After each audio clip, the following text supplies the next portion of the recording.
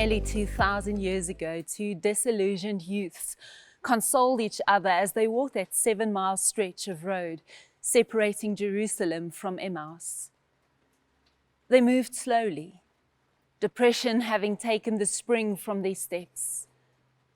A double feeling clung to their hearts that day. They were hurting and there was reason.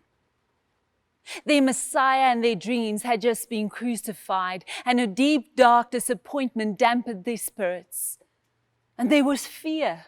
Most of all, there was fear. Not fear that they themselves might be crucified. That prospect loomed more welcome than the thought of going on.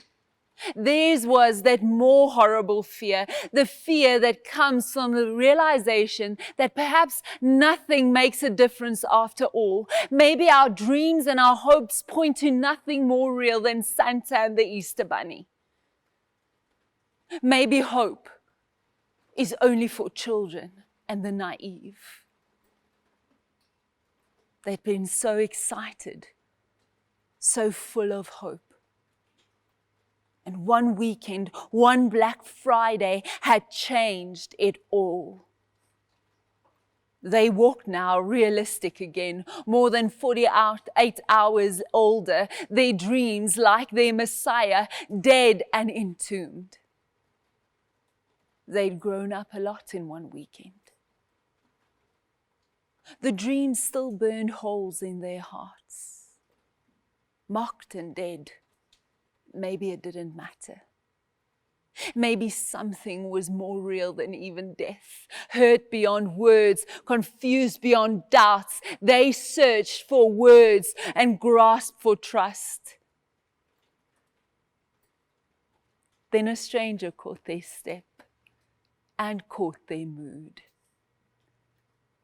They didn't recognize him. How could they? In their loss of trust, their Messiah had died. But the stranger begins to find the words. Do they not yet understand the ways of God? Isn't it always when they don't understand and have to trust that they understand the most deeply? Wasn't it necessary for naivete to be so exposed and ridiculed? Is that not its glory? His words burned in them, touching and soothing that same deep part of the heart where their dream had lain. But they were only words, a balm, a momentary salve, nothing more. The doubt, the hurt, the fear, these lingered on. Emmaus and twilight appeared at the same time, and the stranger had been a consolation. Why not ask him to stay? And they did. They continued to share bread and consolation, and suddenly their eyes were opened. Their minds and hearts were opened even further, and they understood. Jesus was with them again. Easter Sunday had eclipsed a godless Friday.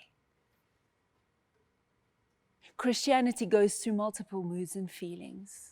Each age must struggle with its own emotions. Today, in terms of feeling, we live in that time between Good Friday and Easter Sunday. We are trudging along the road to Emmaus, and like the two disciples, we live with crucified dreams. Yet, there's something else.